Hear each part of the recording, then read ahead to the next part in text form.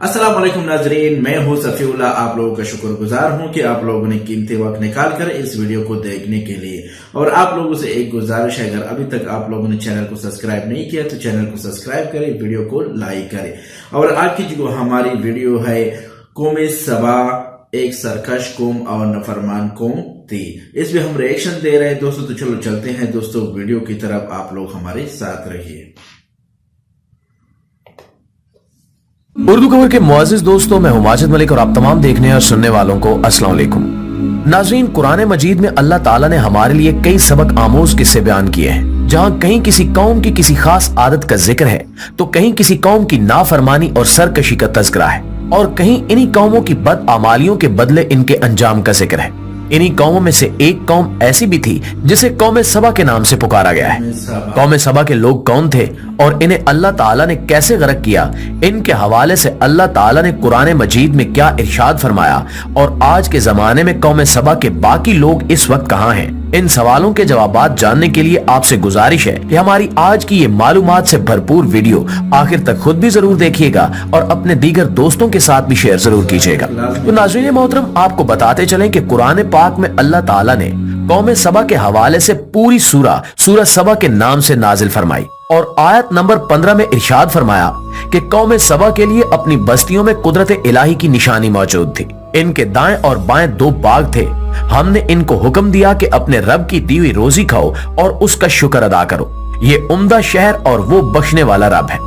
लेकिन इन्होंने रूगर्दानी की तो हमने इन पर जोर के सैलाब का पानी भेज दिया, और हमने इनके हरे भरे बागों के बदले दो ऐसे बाग दिए जो लजीज मेवों वाले और बकसीर छांव और कुछ बेरी के दरख्तों वाले थे। प्यारे साथियों, इमाम अहमद रहमतुल्लाह अलैह हजरत इब्ने अब्बास रज़ी अल्लाह ताला अन्हु से रिवायत करते हैं कि एक शख्स ने रसूलुल्लाह सल्लल्लाहु अलैहि वसल्लम से दरियाफ्त किया कि क्या सबा जिसका कुरान में जिक्र है ये किसी मर्द या औरत का नाम है या जमीन के किसी हिस्से का।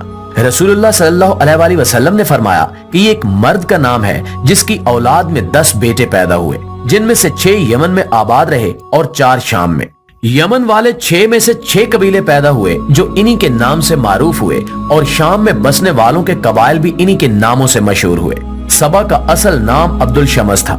सबा अब्दुल शमस बिन यशीब बिन यरब बिन कहतान। मुअर्रिखीन के मुताबिक सबा अब्दुल शमस ने अपने जमाने में हजरत मोहम्मद सल्लल्लाहु अलैहि वसल्लम की बिशारत सुनाई थी। सबा की औलाद में बाज की सल्तनतें मिस्र, शाम, ईरान और हिंद तक फैली हुई थी, जिनकी यादगारें आज तक बाकी हैं। नाज़रीन, इब्ने कसीर के मुताबिक यमन के दारुल हुकूमत से 3 मील के फासले पर एक शहर मारब आबाद था, जिसमें ये कौम सबा आबाद थी। 2 पहाड़ों के दरमियान आबाद ये शहर पहाड़ों से बारिश का पानी आने की सूरत में हमेशा सैलाबों की जद में रहता था। इस शहर के बादशाहों ने, जिसमें मलके बिल्किस का नाम भी काबिल जिक्र है, दोनों पहाड़ों के दरमियान मजबूत बंद यानी डैम तामीर किया, जिसने सैलाबों को रोककर पानी का जखीरा बना दिया। बंद के अंदर ऊपर नीचे पानी निकालने के लिए 3 दरवाजे रखे गए थे। पहले ऊपर का दरवाजा खोलकर उसका पानी लिया जाता। जब ऊपर का पानी खत्म हो जाता तो उससे नीचे का और इसके बाद सबसे नीचे का दरवाजा खोला जाता, यहाँ तक कि दूसरे साल बारिशों से फिर पानी भर जाता। बंद के नीचे एक बड़ा तालाब था, जिसमें 12 नहरें निकालकर शहर के मुख्तलिफ अतराफ में पहुंचाई गई थी। ये शहर जरूरतों में हमेशा सबसे आगे रहा और हमेशा सरसब्ज व शादाब रहा। शहर के दाएं बाएं जो पहाड़ थे, इनके किनारों पर बागात लगाए गए, जिनमें पानी की नहरें जारी थीं। इनमें हर तरह के दरख्त और हर किस्म के फल बकसरत पैदा होते। इमाम कतादा के बयान के मुताबिक इन बागात में एक औरत अगर सर पर टोकरी लेकर चलती और दरख्तों से फल तोड़ती तो थोड़ी देर के बाद वो टोकरी भर जाया करती थी। कुरान मजीद में कौम सबा का जिक्र मौजूद है, और अल्लाह ताला ने कौम सबा के हवाले से पूरी सूरह सबा के नाम से नाजिल फरमाई। अल्लाह ताला ने अपने अंबिया के जरिए इस कौम को पैगाम पहुंचाया कि नेमतों का शुक्र अदा करो, अमाले सालिया और इताते अहकाम इलाही के साथ करते रहो। अल्लाह ताला ने तुम्हारे शहर को बुलंदो बाला बनाया है और सरसब्जो शादाब बनाया है। आबो हवा ऐसी सेहत बख्श कि पूरे शहर में मच्छर, मक्खी, सांप और बिच्छू जैसे मूजी जानवरों का नामो निशान नहीं था, बल्कि बाहर से आने वाले मुसाफिरों के कपड़े में जुएं या दूसरे मूजी अशरात होते तो वो भी यहाँ आकर मर जाया करते थे। नाज़रीन, रिवायात के मुताबिक इस कौम पर अल्लाह ने 13 अंबिया भेजे, मगर किसी भी तफसीर में किसी मखसूस नबी का जिक्र मौजूद नहीं है। लेकिन कहा जाता है कि इन लोगों ने अंबिया कराम की तकजीब की, انہیں جھٹلایا اور اللہ تعالیٰ کے احکامات سے سرکشی اور روگردانی کی، جس کے نتیجے میں قوم سبا کی سرکشی کے سبب اللہ تعالیٰ نے اس قوم کو سزا دینے کے لیے سد مغرب یعنی وہ دیوار جو انہوں نے بنوائی تھی اس کو توڑ کر سیلاب سے تباہ کرنے کا ارادہ فرمایا اور پانی کے عظیم و شان بند پر اندھے چوہے مسلط کر دیے جنہوں نے اس بند کی بنیادوں کو کھوکھلا کر دیا۔ چنانچہ جب بارش اور سیلاب کا پانی آیا تو اس پانی کے دباؤ نے اس کی کمزور بنیادوں کو توڑ کر ان کے اوپر سیلاب مسلط کر دیا اور بالآخر اس بند کے نیچے جمع شدہ پانی پوری وادی میں پھیل گیا۔ تمام مکانات منہدم اور درخت تباہ ہو گئے۔ پہاڑوں کے درمیان جو باغات تھے ان کا پانی بھی خشک ہو گیا۔ مورخین لکھتے ہیں کہ چوہوں کو دیکھتے ہی وہ لوگ دوسری جگہ منتقل ہو گئے۔ کچھ سیلاب کے شروع میں ہی وہاں سے چلے گئے۔ 6 قبیلے ان کے یمن میں پھیلے، 4 قبیلے شام میں اور مدینہ منورہ کی آبادی بھی انہی قبائل سے شروع ہوئی۔ اسی سلسلے میں بہت سے لوگ سیلاب سے بچ کر بھاگے اور مختلف شہروں میں جا کر آباد ہو گئے۔ یہ بھی عذاب کا حصہ تھا کہ ان کے باغات بھی مکمل طور پر تباہ کر دیے گئے۔ اللہ تعالیٰ نے ان باغات کی جگہ ایسے درخت اگا دیے جن کے پھل بدمزہ اور خراب تھے۔ یہ درخت اطاعت کی ایک قسم ہے جس پر کچھ پھل ہوتا ہے اور کچھ کھایا جاتا ہے، مگر اس درخت کے پھل بھی بدمزہ ہوتے ہیں۔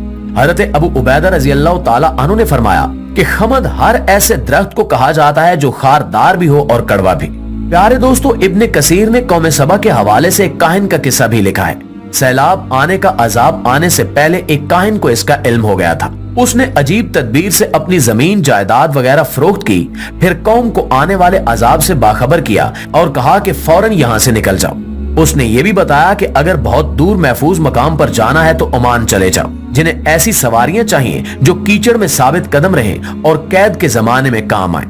وہ لوگ مدینہ منورہ چلے جائیں جس میں کھجور کثرت سے ہے۔ اسی طرح جو شراب، خمیری روٹی اور پھل چاہتے ہیں وہ لوگ بصرہ چلے جائیں۔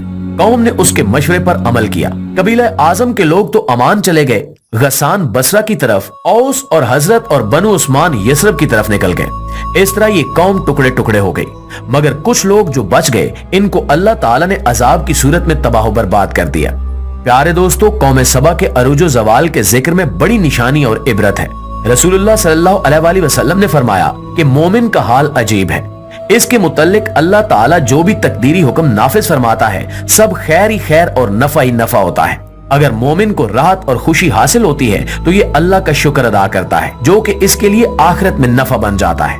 اگر تکلیف پیش آ جائے تو صبر کرتا ہے جس کا اجر و ثواب ملتا ہے۔ یہ مصیبت بھی اس کے لیے خیر و نفع کا باعث بن جاتی ہے۔ چنانچہ ہمیں چاہیے کہ قرآن پاک میں بیان کردہ ان قصوں کو سن کر اپنے لیے ایسا سبق نکالیں جس میں ہمارے لیے خیر ہی خیر ہو۔ اللہ تعالی ہمیں اپنے احکامات سمجھنے اور ان پر عمل کرنے کی توفیق عطا فرمائے۔ آمین ثم آمین۔ دوستو، یہ تھی آج کی ویڈیو۔ امید کرتا ہوں کہ یہ ویڈیو بھی آپ لوگوں کو بہت پسند آ جائے گی۔ اگر آ جائے گی تو کمنٹس کریں، لائک کریں، شیئر کریں۔ ملتے ہیں دوستو ایک اور ویڈیو کے ساتھ۔ ہم کو اجازت دیجیے۔ اللہ حافظ۔